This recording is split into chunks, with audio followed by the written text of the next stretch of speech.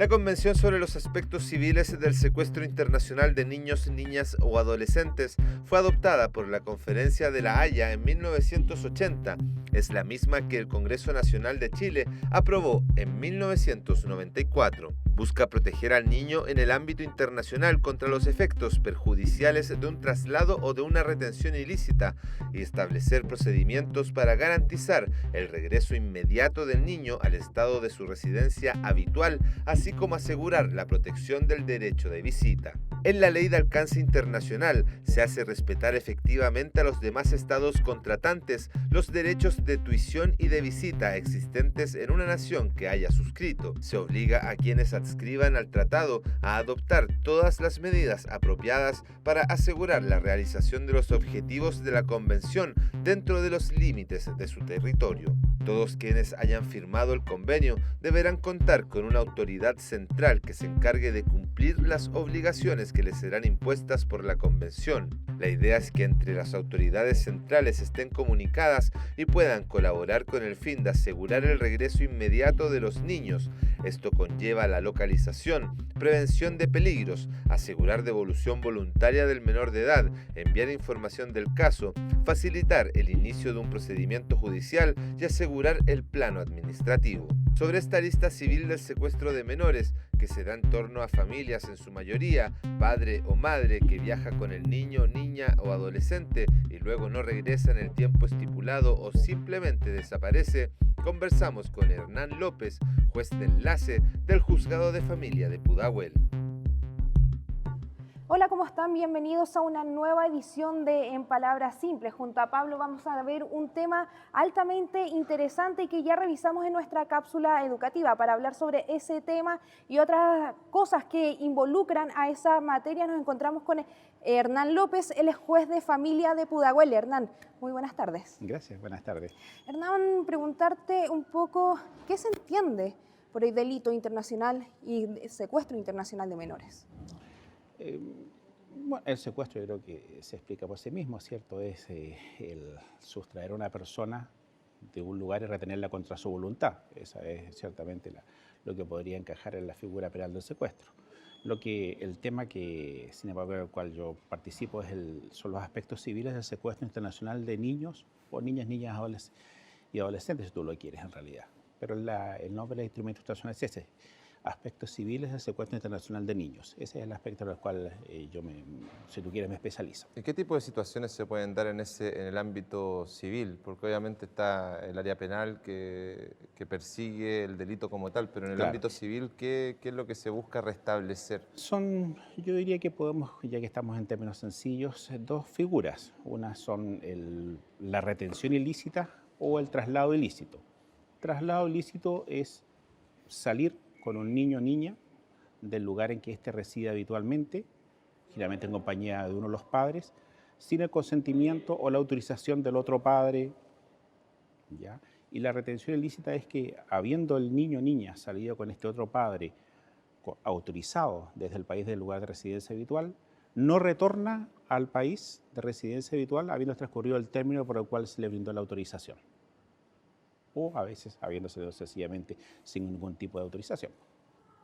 ¿Cuáles de estas dos figuras terminan siendo los más comunes hoy en día? ¿Usted cree que ha habido No, algún aumento? ambos son comunes, sí, ya ha habido un aumento, porque las formas de desplazamiento internacionales son ahora más comunes de lo que eran años atrás. Y además la situación de parejas, si tú lo quieres, nacionales de distintos países también ha aumentado como consecuencia de la globalización y la facilidad precisamente en los movimientos, en las traslaciones internacionales. ¿Qué tipo de derechos se ven vulnerados respecto a los niños, respecto a la Convención Internacional de los Derechos del Niño? Bueno, pero yo diría que muchísimos, ¿no es cierto? La hipótesis es la siguiente. Yo, como niño o niña, tengo un lugar en el cual resido habitualmente. Puedo no ser mi lugar de nacimiento, ojo, hay diferencia en cuanto a eso, pero para ser sencillo, es el lugar en que yo resido habitualmente. La habitualidad va a ser apreciada seguramente por el juez en la causa. Pero eso dice relación con la raigambre que uno tiene. ¿cierto? Es decir, uno necesita de algún modo una cierta estabilidad. Y eso significa relaciones familiares, escolares, sociales, culturales, de las cuales yo soy sustraído rápidamente, intempestivamente y muchas veces tratándose de niños y niñas, por supuesto, sin mi propia sin la voluntad de ese niño o niña. Entonces ahí hay, en primer lugar, el derecho a la integridad física, ¿cierto? A la integridad psíquica, el derecho a la libertad en su faz más obvia, de ambulatoria, el derecho a mantener contacto con mi familia, con mi cultura, el derecho a la salud, si tú lo quieres, también por las consecuencias y el estrés que contrae o conlleva este tipo de situaciones. Pablo mencionó que esto está tipificado en la Convención de Niños, al Sí, fin y al cabo, pero ¿qué sí. otras figuras internacionales principalmente que ven esta materia se puede hablar? El instrumento clave para nosotros en Chile es la Convención del año 1980, que se llama así, Sustracción sobre los aspectos civiles del secuestro internacional de niños. Es el instrumento.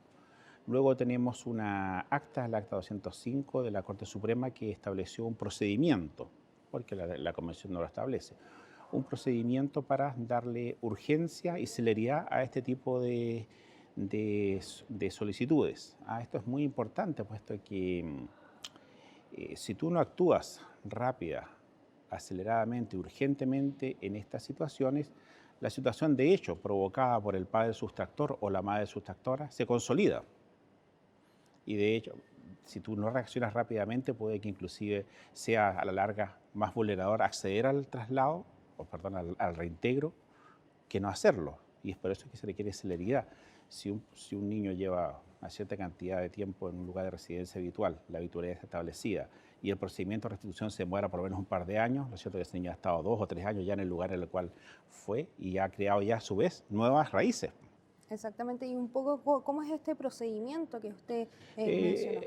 Este estudio por la Corte Suprema es un procedimiento bastante veloz. Establece una sola audiencia única, que es una audiencia de contestación, de conciliación, de prueba, y plazos muy acotados, y además esencialmente también tiene una limitación recursiva, es decir, concede recurso de apelación, pero no recursos de casación u otros que dilatarían más el procedimiento. Y en el caso de que la persona esté fuera del país, ¿se puede hacer a través de videoconferencia o siempre se necesita la persona acá?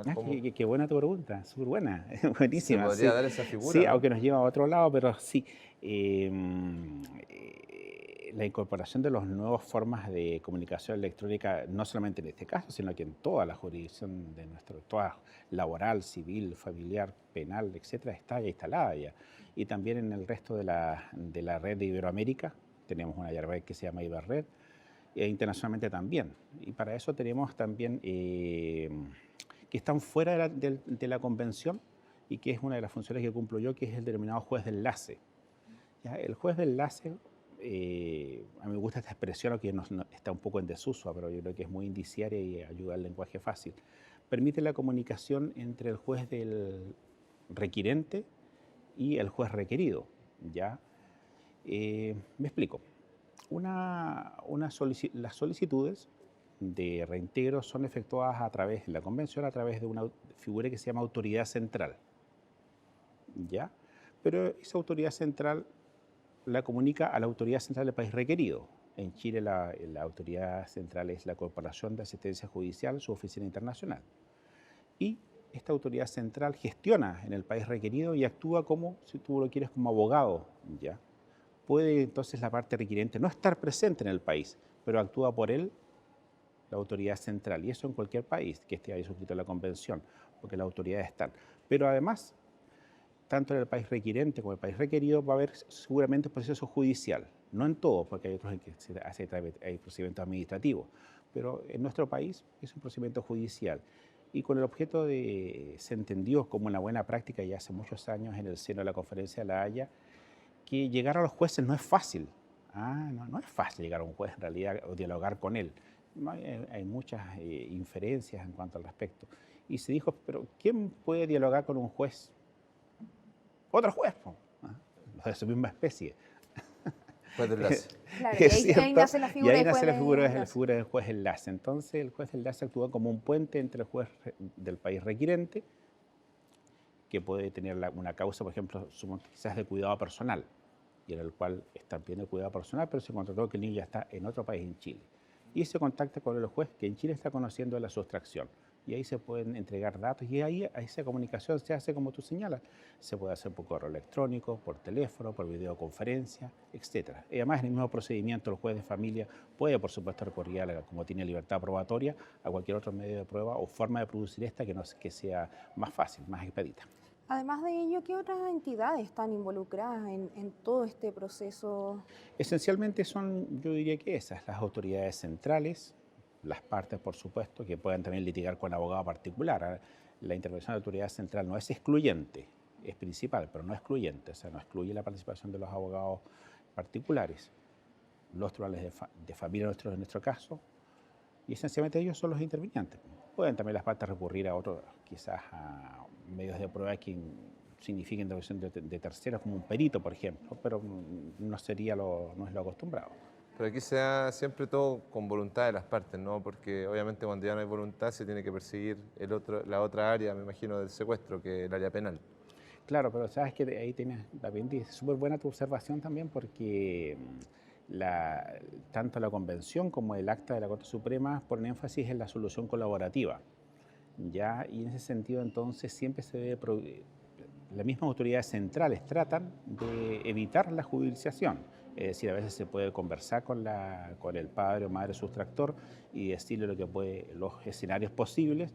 Lo conveniente es que regrese al país de origen y se soluciona así. O el mismo juez de familia puede llamar a conciliación para propiciar algo que se denomina retorno seguro. El retorno seguro del niño dice relación con un retorno que no sea traumático para este. Recuerda tú que en la peor hipótesis puede ser que el niño regrese al país de origen sin la compañía del padre sustractor. ¿Ya? Puede parecer, mirando fríamente, que no es ningún inconveniente, pero el padre sustractor es el padre o madre sustractor. Eso es, el padre o madre. Antes de ser sustractor es padre o madre.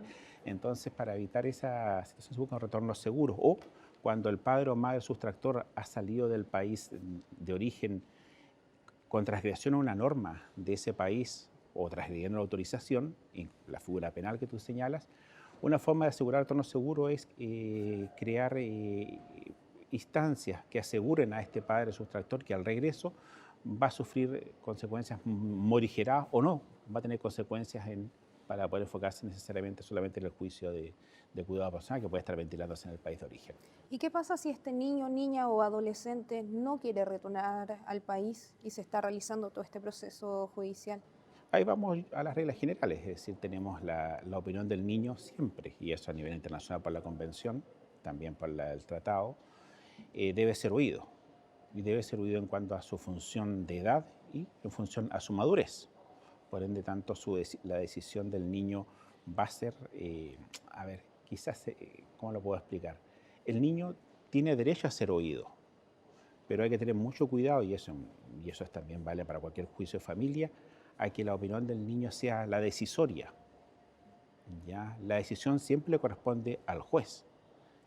Y ello es necesario porque en situaciones de familia tú no puedes poner en las espaldas de un niño o niña o un adolescente, si se trata de un juicio de familia distinto del tratado, una decisión de esa naturaleza que involucra a veces lealtades con el papá y la mamá. Es por eso que es necesario escuchar su opinión, saber qué es lo que piensa, por qué lo dice, y además apreciar desde esa opinión si su interés superior está más garantizado con la decisión A o con la decisión B, que es lo mejor para él desde la perspectiva de sus derechos. Pero el niño debe ser oído, la decisión siempre es del juez. Perfecto, muchas gracias, magistrado, por acompañarnos el día de hoy. Bueno, se nos acaba el tiempo, pero le agradecemos que nos haya comentado sobre esta figura del área civil de la sustracción internacional de menores o el secuestro internacional de menores. Muchas gracias a ustedes, muy gentiles por invitarme. Muchas gracias. Bueno, y como siempre los dejamos invitados a seguirnos en todas nuestras redes sociales, ya sea Instagram, Twitter o Facebook, y también a través de la página del poderjudicialtv.cl. Hasta luego.